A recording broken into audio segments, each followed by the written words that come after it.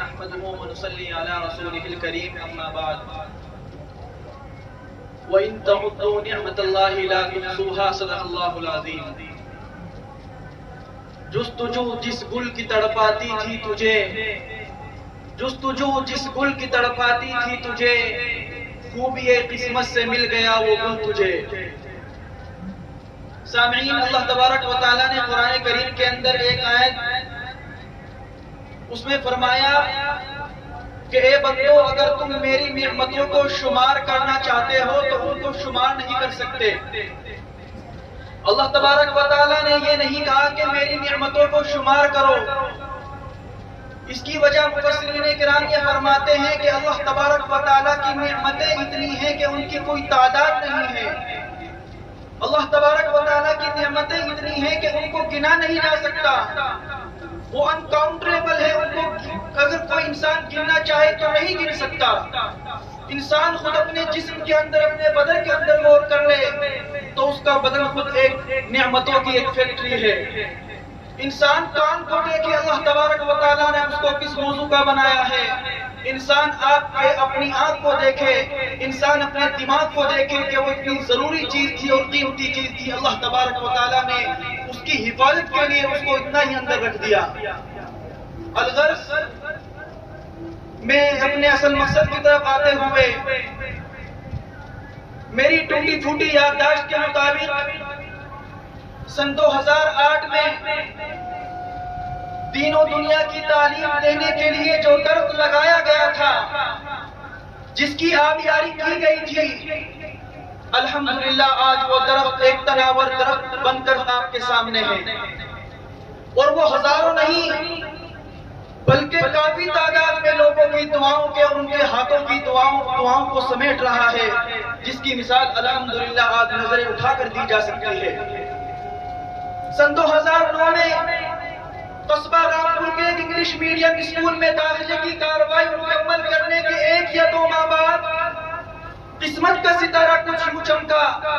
رب کریم نے ذہن میں یہ بات ڈالی کہ کیوں نہ کسی ایسے مدرسے کا آغاز کیا جائے کہ جس جگہ دینی و عصری تعلیم دونوں کا مجموعہ ہو. گھر کے اندر اس بات کا چرچا ہوا. ہمارے گاؤں کے جناب صوفی الیاس صاحب یہاں پر تشریف فرما ہیں اور ہمارے دادا جی کے بیٹے ہیں. دونوں کی آپس میں بات ہوئی. مدرسہ ہادہ کا نیا آغاز ہوا تھا کہ دونوں حضرات انگلی پکڑ کر اس مدرسے کے اندر لے آئے. مدرسے کے اندر جب داخل ہوتے ہیں تو پورے مدرسے میں فصلیں کھڑی ہوئی تھی. صرف ایک سامنے کی بلڈنگ جو آپ نے نیچے والی دکھ رہی ہے، یہ بلڈنگ تھی. اس کے علاوہ کوئی عمارتی شکل کی کوئی چیز مدرسے کے اندر نہیں تھی. لیکن میرے دوستو، مدرسے کے اندر آ جانا تھا. علوم اسلامی کے حصول کے لیے میرا یہ پہلا قدم تھا. یہاں تک کہ حضرت محتمیم صاحب نے جس وقت یہ کہا کہ کچھ پڑھ کر سناؤ، سورہ فاتحہ پڑھ کر سناؤ، تو خدا کی قسم سورہ فاتحہ بھی یاد نہیں تھی اور منع کر دیا گیا تھا کہ اس کو رہنے دو، اس کا جو چھوٹا بھائی ہے اس کے سورہ فاتحہ یاد ہے، اس کو رکھ لیں گے. لیکن میرے دوستو، رب کریم نے یہی منظور تھا. الغرض، تقریباً 5 یا 6 سال کے عرصے کے اندر قاعدہ ناظرہ قرآن پاک کو بآسانی مکمل کر لیا گیا اور اس کے 1 سال کے بعد ہی قرآن کریم کو ایک نشست میں سنانے کا اعزاز بھی الحمدللہ حاصل کیا گیا. حفظ کی تعلیم مکمل ہونے کے بعد عام طور سے طلبہ مدرسہ چھوڑ دیتے ہیں، لیکن نہیں، رب کریم نے چاہا نہیں تھا. اس کے بعد عالمیت میں داخلہ لے لیا گیا اور برابر اپنے مایانات اساتذہ کرام اور ذی استعداد اساتذہ کرام کی نگرانی میں رہ کر اپنے عالمیت کے آدھے سے زیادہ سفر کو مدرسہ ہادہ میں رہتے ہوئے پورا کر لیا گیا.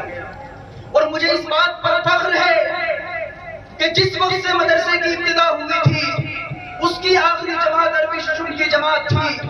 ابتدا سے لے کر انتہا تک پڑھنے والا میرے ساتھ کا جو میرے ساتھ تھے ان میں سے کوئی ایک بھی بچا نہیں تھا. میں اکلا ایسا تھا جو میں آخری تک یہاں پر پڑھتا رہا. محتمیم صاحب کی برابر نگرانی ہوتی تھی اور نہ جانے کیسے کیسے حالات اس وقت کے اندر آئے. کچھ نہیں ہوتا تھا. برابر حضرت راتوں میں نگرانی کرتے تھے.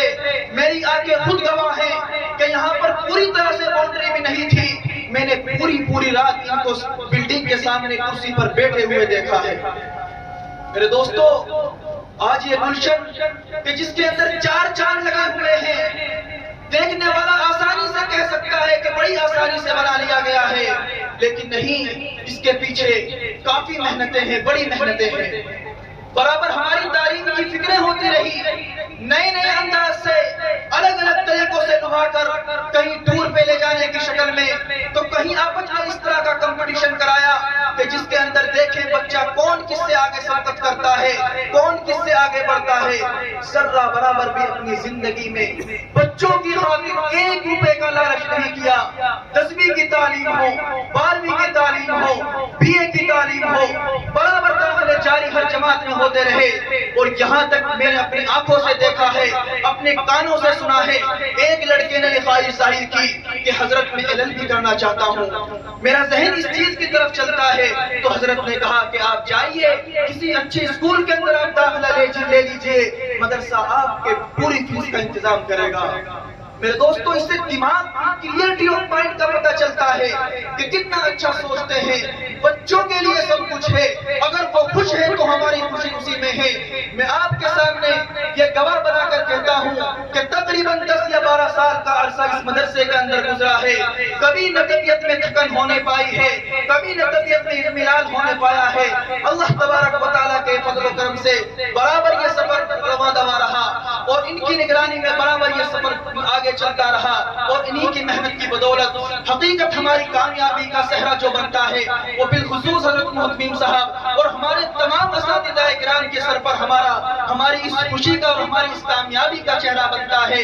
ہم تو صرف محنت کرنے والے تھے، بتانے والے، محنت کرانے والے، سکھانے والے ہمارے اساتذہ کرام تھے۔ میں آج آپ تمام حضرات کو گواہ بنا کر کہتا ہوں کہ آپ تمام کے تمام ہمارے محتمیم صاحب، ہمارے تمام اساتذہ کرام کے لیے بالخصوص دعا کیجئے۔ اللہ تبارک و تعالیٰ ہی ان کو اس محنت کا بدل دے سکتے ہیں، ہم اور آپ کچھ نہیں کر سکتے ہیں۔ وما علینا بس چند کلمات پر